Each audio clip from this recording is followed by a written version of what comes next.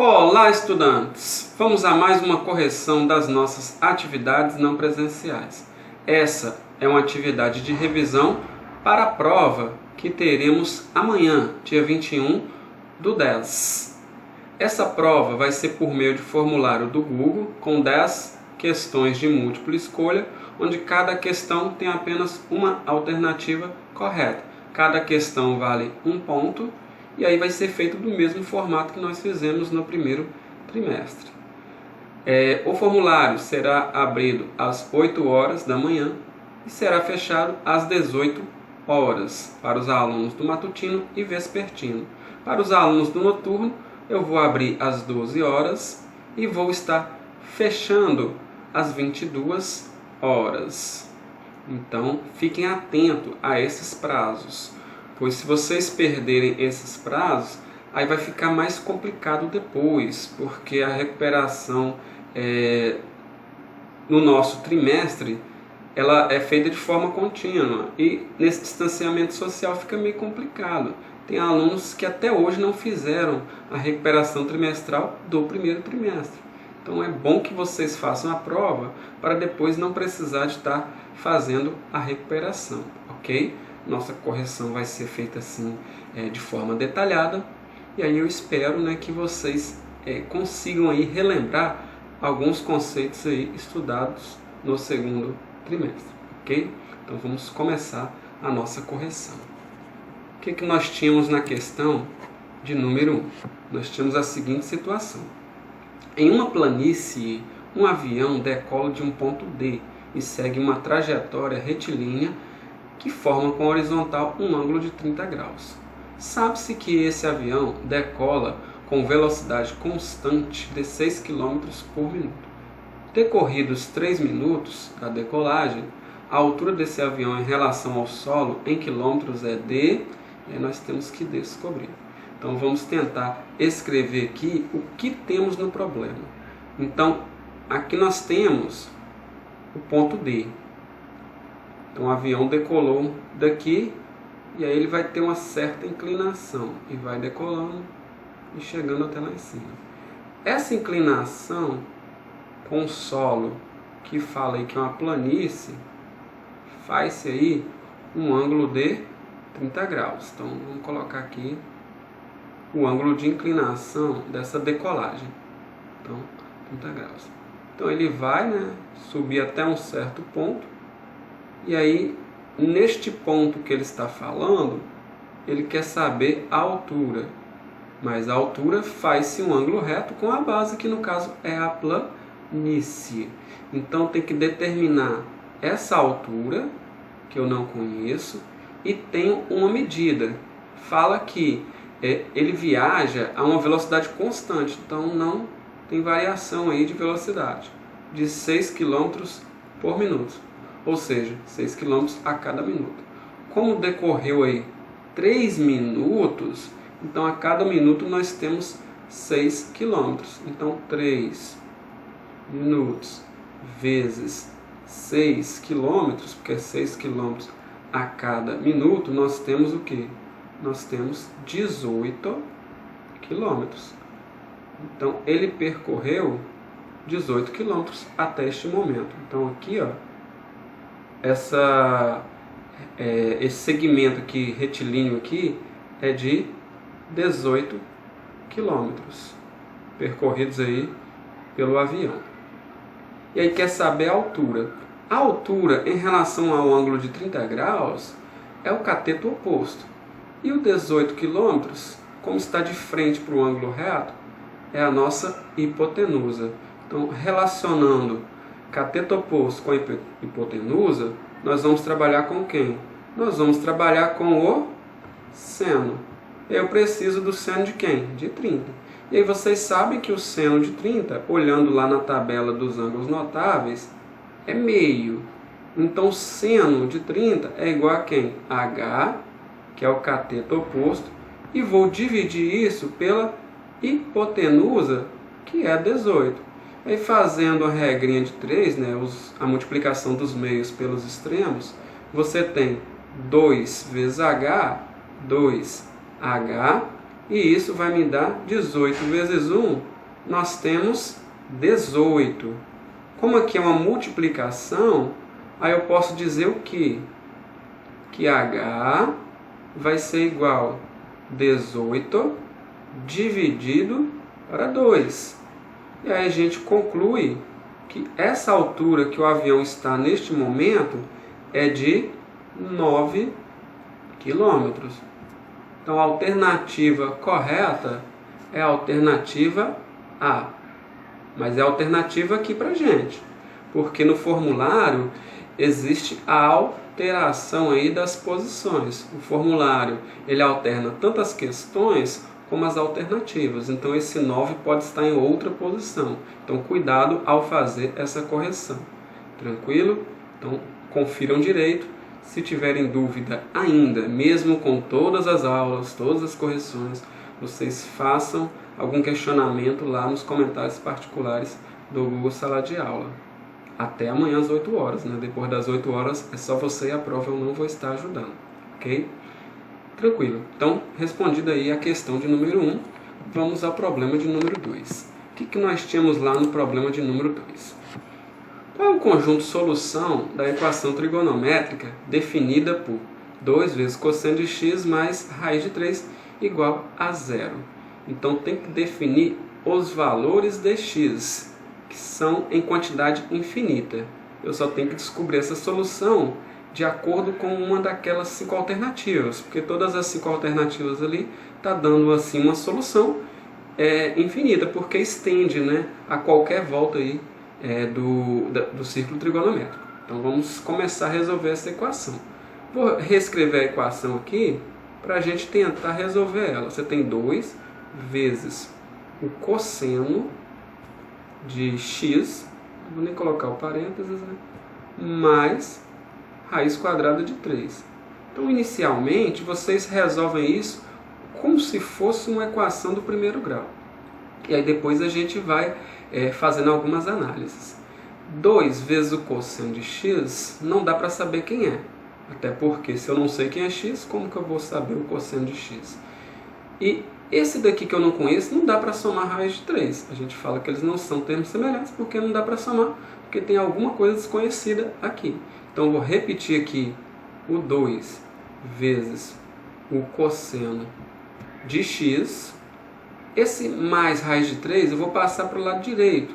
Aí eu vou separar. Aqui não tem nada desse lado. Então, passando para cá negativo, eu tenho menos raiz quadrada de 3. Como esse multiplica esse e dá menos raiz de 3, então nós vamos usar a operação inversa. Então, posso dizer que o cosseno de x é igual a quem? Menos, aí você tem raiz de 3 dividido para 2. Então você tem que descobrir o ângulo que o cosseno deste ângulo dê este valor. Então a gente volta lá aos ângulos notáveis e você consulta lá a tabelinha e vai ver que no primeiro quadrante, deixa eu colocar aqui, no primeiro quadrante, tá bem bonitinho, não é só para representar. Nós vemos que esse ângulo que está aqui, que tem esse cosseno, é justamente quem? É justamente π sobre 6. Por quê? Quem tem o cosseno, tirando esse sinal negativo, raiz de 3 sobre 2, é o ângulo de 30 graus. Então ele está mais ou menos, né, nessa posição. Mas ele é congruente a outros ângulos dos outros quadrantes. Aqui eu tenho um ângulo congruente a ele, aqui eu tenho um ângulo congruente a ele, e aqui também nós temos um ângulo congruente a ele. Neste canto aqui, como aqui é 30 até 90 graus aqui, você tem 60 graus, então daqui para cá também tem que ter 60, e 90 mais 60 dá 150 graus. Então a gente já sabe que o ângulo congruente a π sobre 6, que é 30 graus, é quem?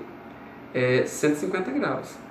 Aqui eu tenho 180. Daqui até aqui você tem 30. Então daqui até aqui também tem que ter 30 graus. Como aqui é 180, 180 mais 30, você sabe que o ângulo que está aqui é de 210 graus.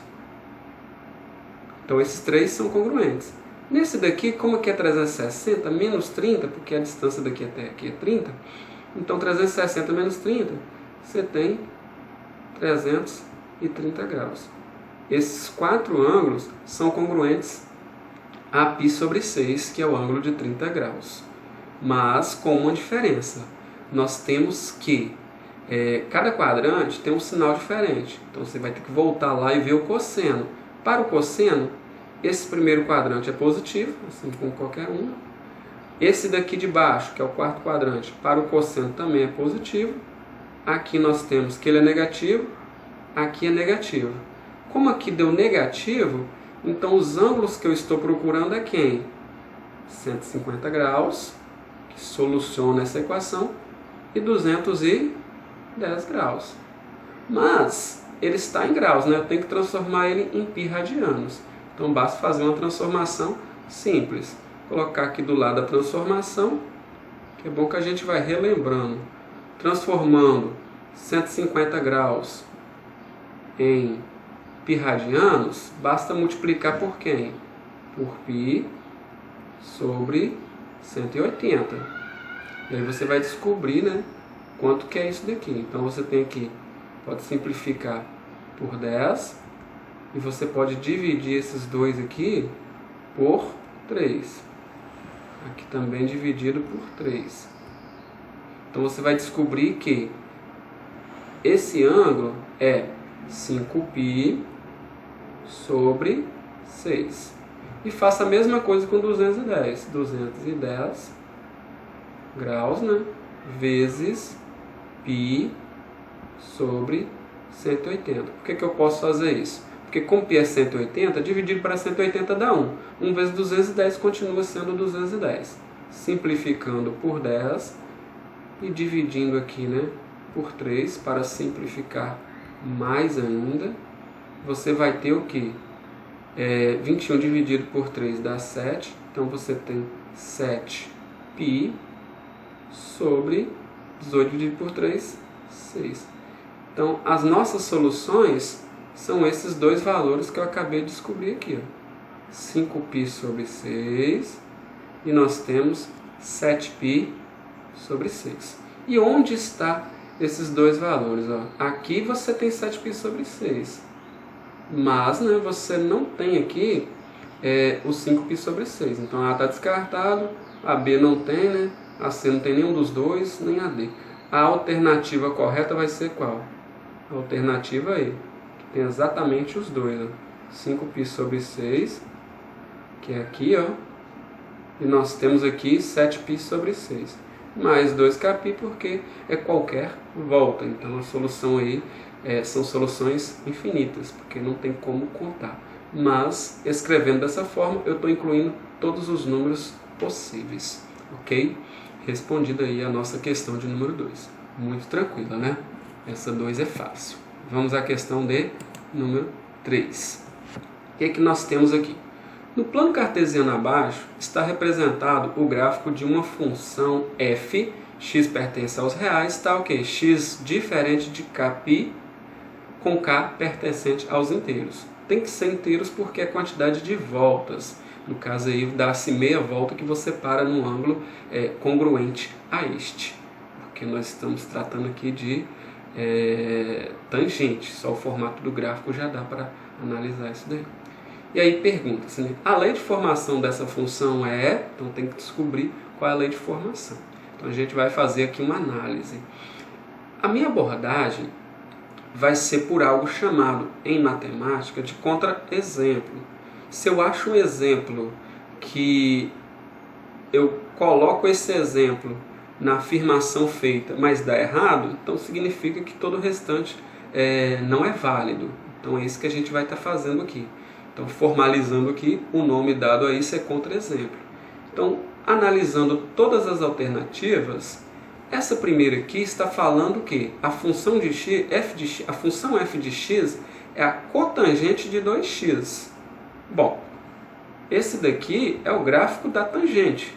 Então a gente já pode excluir a letra A, porque a cotangente seria o inverso da tangente, né? Nós não estudamos, mas pelo nome já dá para ter uma noção. Então, ao invés desse gráfico ser assim, esse gráfico seria ao contrário, né? Seria para cá. Então a gente já sabe que não pode ser a alternativa A, porque é a cotangente. Então a gente exclui, né, a letra A. Com o mesmo argumento, nós vamos excluir a alternativa E também, porque esse gráfico é o gráfico de uma função tangente. Então sobrou 3 alternativas. Então dessas 3 eu tenho que tirar uma. Olhando aqui as 3, eu posso pegar qualquer uma. Vou pegar essa daqui, essa letra B. Aqui eu tenho tangente de x. Tangente de x. A gente pode pensar aqui em várias situações para a gente tentar excluir isso daqui. Eu posso pensar aqui na tangente de um ângulo. Ó, você tem 2 mais a tangente de x.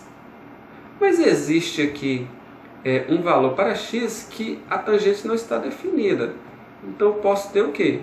Se, por exemplo, eu tivesse a tangente de 90 graus, como a tangente de 90 graus ela não está definida, não existe tangente aqui, né? Então a gente já pode ver que quando eu substituo 90 graus, que 90 graus está mais ou menos por aqui, ó, que é o meio de 0 até π, ele teria correspondência aqui a um ângulo aqui, ó. Mas como que vai ter uma correspondência ao ângulo até 90 se eu não tenho tangente de 90? Então a gente já pode excluir a letra B também. Por quê? Porque a gente vê que 90 graus está sendo associado a algum valor aqui da função. Então eu não tenho simplesmente a tangente de x. Eu tenho a tangente de x mais alguma coisa ou menos alguma coisa. Que aí nós vamos chegar à resposta correta. Mas aqui seria impossível, porque a tangente de 90 não existe. E aqui 90 está sendo associada a algum ângulo, a algum ponto aqui do gráfico. Então não tem como a gente ter a B como alternativa. Então sobra a letra C e a letra D. Vamos pensar agora na letra C. Então basta fazer uma substituição, né? Você pode pegar aqui qualquer um valor, sei lá, qualquer um. Eu vou pegar um valor que me facilite, né? Inclusive, deixa eu desfazer aqui. Eu vou pegar aqui um valor e substituir em x. Eu vou pegar aqui, vamos pensar aqui no π, ou π sobre 2, eu vou pensar em π. Vamos ver o que vai dar π aqui. Quando eu substituo aqui π, que é 180 graus, então nessa daqui que é a letra C, você vai ter 2 vezes a tangente de quem? Como ali nós temos x, eu vou colocar π, né? Π mais, aí nós temos aqui 90, certo?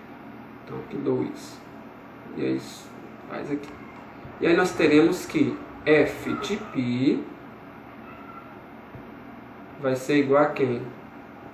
Aí você tem 2 vezes a tangente de, aí você tem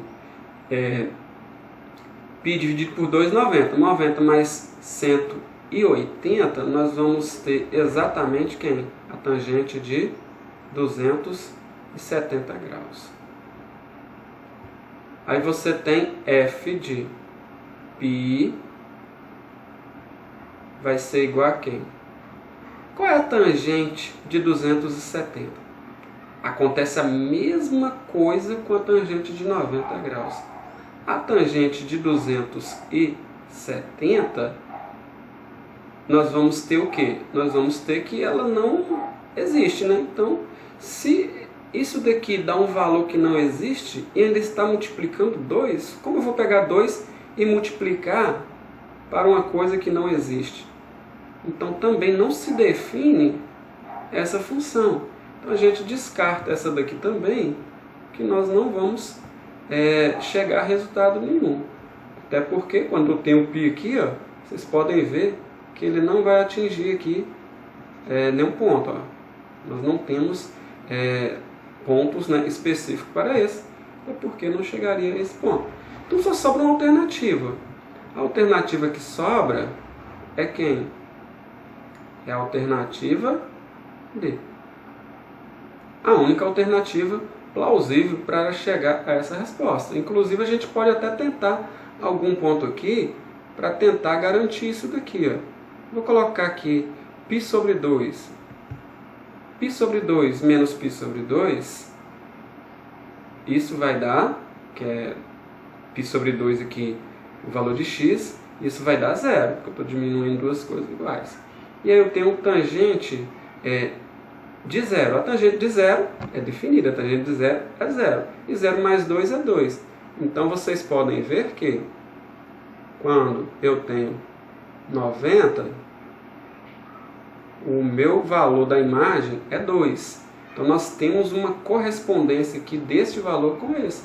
Então a letra D, ela satisfaz o gráfico. As outras 4 nem passa perto, até porque duas situações é cotangente e as outras duas situações nós vamos chegar aí a algo inexistente, né? Que não tem tangente definida nem para 90 nem para 270 graus, ok? Respondida aí a nossa questão de número 3, só questão de análise. Vamos agora à questão de número 5. O que nós temos aqui na número 5? Observe abaixo o gráfico de uma função trigonométrica. Qual é a lei de formação dessa função? Então, vou seguir o mesmo procedimento. Eu vou aqui usar um contra-exemplo. Vou pegar algum ponto ali do gráfico e vou tentar associar as nossas funções. Só vai servir para uma, não tem como servir para as duas. Então, é isso que a gente vai fazer. Aí você pode pegar qualquer um ponto. Eu vou pegar esse ponto aqui em específico, que eu tenho π para x e 1 para y. Então, as coordenadas desse ponto é π para x e você tem 1 para y. Então, quando eu colocar esse valor no lugar de x, tem que dar esse valor aqui para y. Então, é isso que a gente vai ter que fazer. Aí, vamos aqui. Seno de π, que é seno de 180 graus, isso vai me dar quanto? Seno de 180 graus é zero, ok? Mas deveria dar 1. Só para relembrar aqui, eu vou colocar aqui do lado aqui, vai que vocês não lembrem, quando você desenha a circunferência no plano cartesiano, o eixo x é o eixo dos cossenos e o eixo y é o eixo dos senos. Como o raio é unitário, então nós temos as coordenadas de cada um desses pontos aqui, ó. E aí nós podemos, pelas coordenadas, saber quem é o seno, cosseno de 0, 90, 180 e 270. A coordenada desse ponto é 1 e 0, né? A coordenada desse ponto aqui é 0 e 1. A coordenada desse ponto é menos 1 e 0. E desse ponto aqui é 0 e menos 1. O valor de x é o cosseno e o valor de y é o seno. Como aqui nós temos 180 e y é o seno, então o seno de 180 é 0. Mas 0 não é 1. Então a gente já exclui a alternativa A, que não tem como ser. Aí eu vou para a letra B. Na letra B eu vou pegar o quê? 180. Eu vou repetir o mesmo ponto. 180 substituindo x, eu tenho o cosseno de 180. Qual é o cosseno de 180? Menos 1. Mas deveria dar 1. Então é uma contradição. Então essa daqui também já está excluída pelo nosso contra-exemplo, porque chega a uma contradição, já que deveria dar 1 e aqui deu menos 1, então essa não pode ser a lei de formação. Aí nós vamos para a letra C. Então você tem 2 vezes π aqui, que é 180. 2 vezes 180 é 360. Qual é o cosseno de 360? O cosseno de 360, que está nesse ponto aqui, ó, o cosseno de 360 é 1. Então essa daqui é um forte candidato. Então essa pode ser que seja, né? E aí nós vamos para as próximas, mas a gente tem que analisar todas. Vamos pensar nessa daqui também. Agora eu tenho aqui o quê? π aqui no lugar de x, π mais π dá 360. Seno de 360, que está nesse ponto, é 0. Então essa daqui também vamos chegar a uma contradição, porque tem que dar 1, não pode dar 0. E aí o seno 360 é 0, então a letra D já não está definida. Essa daqui, você tem π mais π, você tem 360. O cosseno de 360 a gente viu aqui que é 1. Então essa daqui também pode ser uma candidata. Então a gente chegou a duas alternativas, mas eu tenho que descobrir apenas uma. Então o que a gente faz? A gente vai testar mais um ponto até chegar no que a gente precisa. Essa coordenada aqui, ó, você tem para x, você tem π sobre 2, e para y você tem 0. Então vamos testar mais uma coordenada. Então substituindo aqui π aqui em x, você tem 2 vezes π sobre 2. 2 vezes π, 2π dividido por 2 dá π. Então qual é o cosseno de π? Cosseno de π é menos 1. Mas deveria dar quem aqui? Deveria dar 0. Então a gente já pode excluir também essa daqui. Só para ter certeza que é essa, vamos substituir também. Aqui você tem π sobre 2 no lugar de x mais π. Então você vai ter aqui 270. Qual é o cosseno de 270?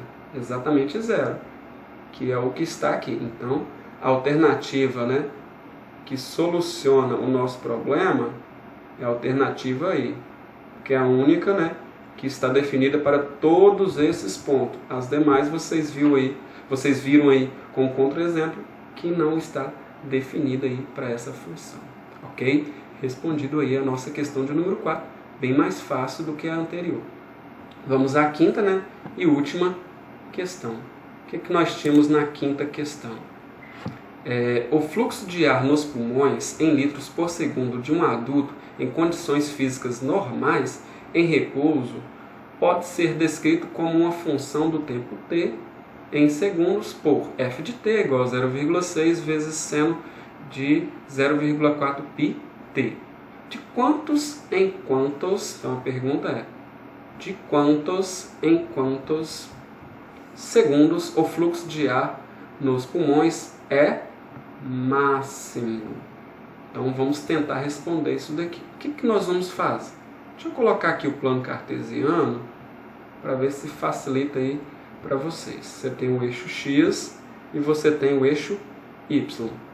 Aqui eu só vou fazer uma representação mais ou menos, não quer dizer que esse gráfico dessa função vai passar ali. É só para a gente ter uma noção. Vocês sabem que a função seno, ela vai ter mais ou menos esse formato aqui, né? E aí vai continuando. Aqui eu tenho o mínimo, aqui eu tenho o mínimo, aqui eu tenho o máximo e aqui nós temos o máximo. Aí o que acontece? De quantos em quantos segundos é máximo? Aqui ela atingiu o ponto máximo num determinado tempo. Aqui ela atingiu o máximo novamente em um determinado tempo.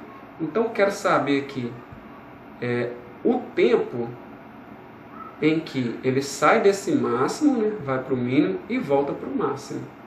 Esse tempo aqui é exatamente o que? Um ciclo inteiro. Por que um ciclo inteiro?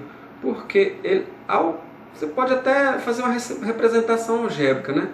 Retirando aqui, sei lá, recortando essas partes, quando você montar essas partes, isso vai dar uma circunferência inteira.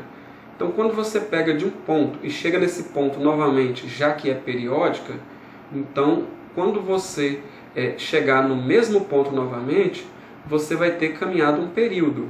E um período, né, para o seno, que é uma circunferência inteira, nós temos o quê? Um período é 2π, ok? Então, tem o seno deste ângulo, ele vai ter que caminhar um período. Então, eu tenho o quê? 0,4 π vezes t. Isso tem que me dar um período. E quem é um período da função seno? É 2π, porque é uma volta inteira. E a partir daqui agora ficou fácil, é só resolver uma equação. Como 0,4π multiplica t, eu posso dizer que t é quem? 2π dividido para 0,4π. E aí, simplificando esses dois, eu tenho esse daqui, Aí agora eu vou multiplicar esses dois por 5, né? Vou multiplicar aqui por um valor igual aqui para eliminar essa vírgula. Isso vai ter 10, que é 2 vezes 5, dividido para 0,4 vezes 5, 2. Então a gente conclui que o tempo é de 5 segundos. Então, esse é o tempo em que leva para sair de um ponto máximo e chegar novamente ao ponto máximo. Esse é um período inteiro. Então vocês vão perceber, se vocês fizerem o gráfico, né? A cada 5 segundos eu tenho um valor máximo, ou a cada 5 segundos eu tenho um valor mínimo, ou a cada 5 segundos eu tenho um determinado ponto, que pode ser qualquer ponto. Saiu de um ponto e chegou ao mesmo ponto de y novamente, então caminhou o quê? 2π, ou 360 graus. Então a alternativa correta aqui para número 5 é a alternativa B, que lá no formulário pode estar em outra posição, ok? Muito fácil, né, gente? Então, feito aí a correção dos nossos 5 problemas de revisão, e eu espero que vocês tenham relembrado aí esses conceitos que foram aplicados no segundo trimestre. E, novamente, eu aviso vocês, não percam o prazo. É bom que vocês façam logo essa prova, para não ficar protelando o resultado de vocês, porque pode ter um resultado que vocês não gostem, né? Ou acumular muito conteúdo para vocês estudarem. Então não façam isso. Tentem fazer aí no prazo, e aí amanhã abre-se às 8 e fecha às 18 para o diurno, de 12 às 22 horas para o noturno, ok? Então, para finalizar, eu gostaria aqui de agradecer a todos pela participação e desejo uma boa prova para vocês. E aí, a partir de agora, todas as correções e aulas eu vou tentar fazer desta forma, né? Por meio do Jamboard, que é um recurso aí oferecido pelo Google, que é bem assim simples de manusear, caso, né, a pessoa tenha uma mesa digitalizadora que facilita o processo. E a gente vai tentar fazer dessa forma aí, para fazer todas as correções e as aulas também. Ok, gente? Mais uma vez, muito obrigado. Tchau, tchau. E até a nossa próxima correção ou aula.